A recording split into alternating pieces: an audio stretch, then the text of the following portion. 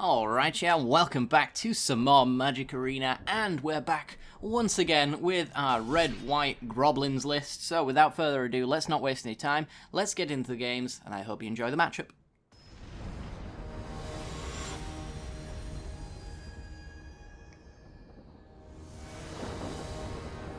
Alrighty then, let's be on the play, shall we? Seems like a good idea. This hand seems like a good hand.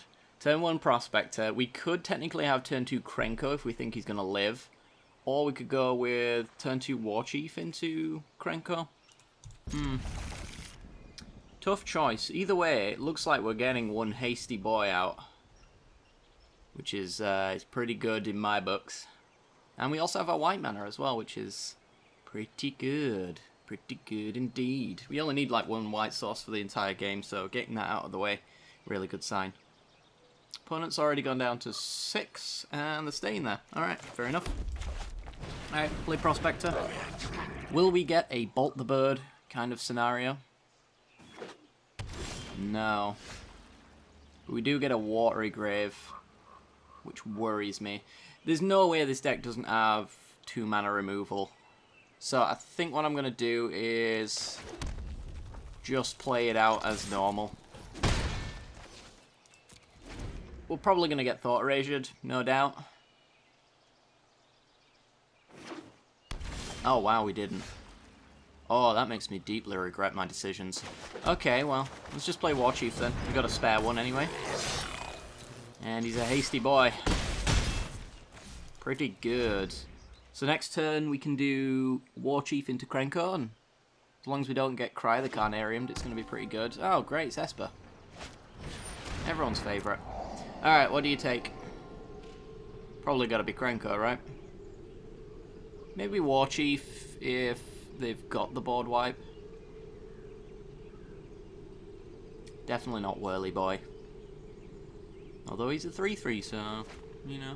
Yeah, it takes Krenko. Fun's over. Esper doesn't like fun, guys. Gotta remember that. Alright, well, I feel like I'm just all in. Let's do it. Go, go, go. It's not necessarily a good idea if they do have the board wipe, so be it, but we are threatening lethal otherwise. They always have it.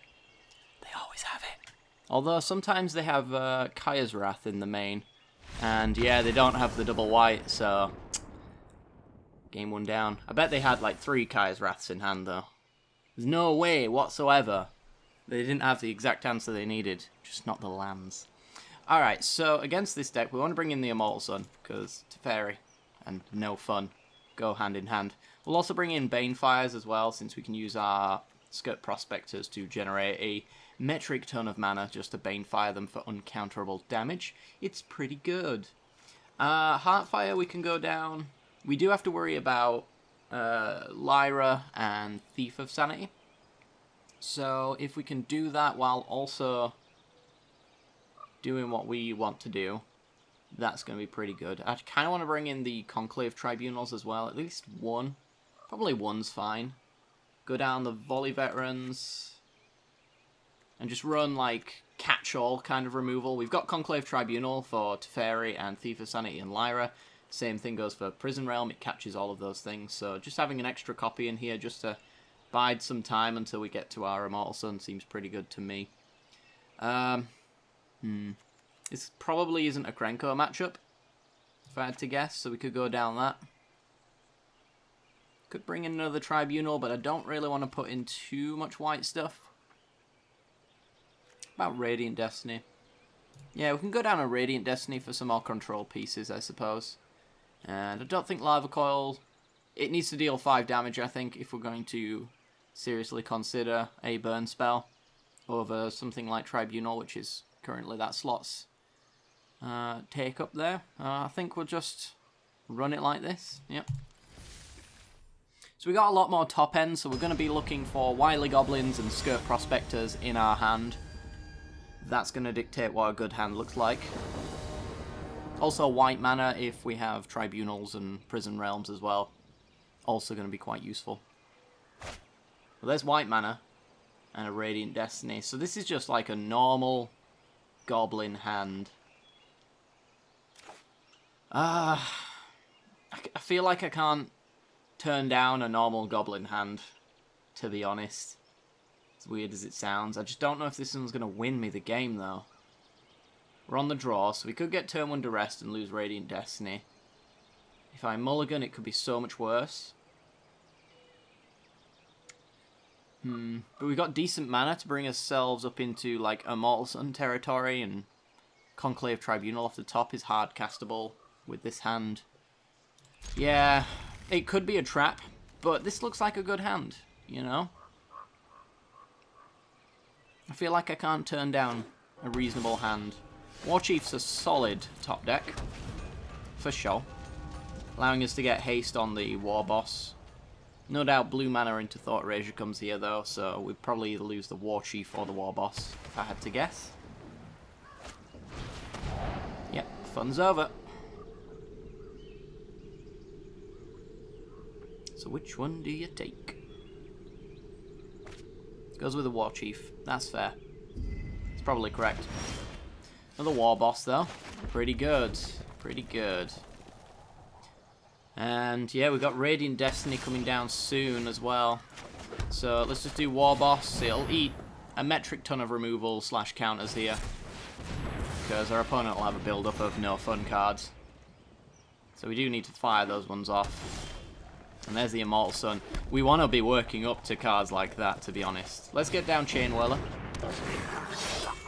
I did want to bait out a counterspell, but that resolved way too quickly. So no doubt it's going to be like End-Step Contempt or something. Do they even run Contempt anymore? I think they've put D-Spark in there now, which doesn't really hit my deck. And there's the Fairy. If you show remorse, alright. Yay. Ooh. Let's take it back. That's a mistake. Alright. War Boss kills Teferi. And tap lands. Maybe they have a spare Teferi, but that's got to be a mistake. You tick up, you have extra mana. I can't really kill a Teferi on 5 loyalty. It's possible, I suppose, with a Lightning Strike or a Shock. But I'm just not running those things, so... I think you got to take your chances, whereas you've already seen War Boss as a thing, and it generates a token on the attack step with haste, so that's happening. Not much that's going to stop that. Or is this your counter? Alright. Well, if we can get this Immortal Sun down next turn, that's going to be really fantastic. Opponent's already down to 2 cards now. So, if we see a proactive play from them, like Teferi, that's going to be great. They'll probably tick up this time, though. Got to imagine. Though, if they were worried about Lightning Strike, 2 damage on board, kill a 5 loyalty Teferi. Alright, cry the Carnarium. So, here's where we kind of have to hope for the best, and that's not a counterspell. They do have double blue, though, so I could bait it with a Chain Whirler. Worst case scenario, they play like Teferi, and we've got Tribunal, or we just follow up with the Immortal Sun after that. I think I've got a bait, because I'm pretty sure that's a counterspell. There we go. Alright, that worked out real well for us. And land. Alright, they shouldn't have shown me that. They should not have shown me that. I'm just going to shock this in and save my treasure. I want to save my treasure for Banefire, essentially. So I'll just take 2 damage, which is very minimal. Oh, that's beautiful. It's very minimal in the grand scheme of things. Against a deck that doesn't really beat me by damage all that much. And passing. Alright. Prison Realm. So I'm just absolutely filling up with gas left, right, and center here. I'm not so fussed about running Warchiefs into removal spells. Because I'm drawing 2 a turn, so we're just gaining card advantage on our opponent here. If they ever find Hostage Taker, which I think is their answer to the Immortal Sun, we'll just play another one. Or if they can't cast Hostage Taker in the same turn, then we've just got Prison Realm, Tribunal, that kind of thing. So let's play Prospector. That's our bait spell. Siege Gang is our follow-up spell. And this is where I really wish I had the war chief, but here we are. Okay. So that's a lot of damage coming your way. Thought Erasure. Okay, we have a lot of redundant cards in our hand. They probably take the Immortal Sun. That's the least redundant card here. Since then, they only have to answer the Immortal Sun once. Tribunals and Prison Realms, well, they need Mortifies for those, which is something that they do technically run. Okay, they're going with the Tribunal. I don't know why, over Prison Realm, but sure, I guess. Prison Realm's just cheaper, and it has a scry associated with it. Instigator into Instigator. Alright, so let's get swinging. Down to 15. So we're actually dealing 5, 6, 7, 8, 9, 10, 11. That's lethal. And this is lethal through removal. Not lethal through a board wipe, though. But we do have 3 activations of Siege Gang Commander for 6 points of damage, plus the prospect of sacking goblins along the way. Just make sure that we absolutely destroy them, no matter what happens. Hey! Pretty good. Alright guys, well that was a fairly quick one. We ended up going pretty much on the aggro plan, which is not actually a thing that this Goblin deck does very often.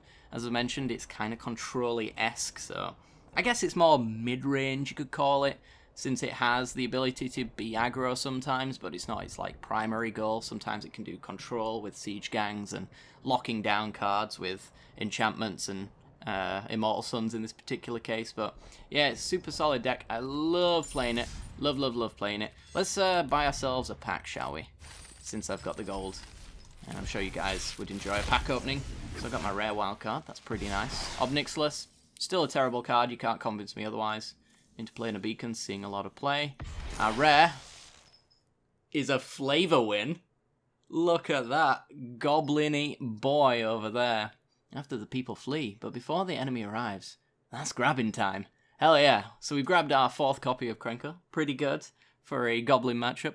But yeah, that's where we're going to leave off today's episode. I hope you guys have enjoyed this one. If you have, then make sure to hit that like button and subscribe for some more Magic the Gathering content in the future. We're going to be back tomorrow for some more goblin action. And then the day after that, I believe, is a sub-deck day. So if you have any subscriber decks, leave them in the emails in my description below, or via Discord as well. I do have a sub-deck submission area there for you guys if you're interested. I am going to be on a hiatus for a few days, but I'm trying to do a backlog right now to make sure that you guys don't actually miss a single day of content. So yeah, you shouldn't actually miss a day, but I won't be able to respond to comments or emails, most likely anyway, unless I get bored and end up turning my internet on to talk to people. That might be a thing that I do. But yes, thanks very much for watching, guys. I hope you've enjoyed, and I'll see you all next time. Bye-bye.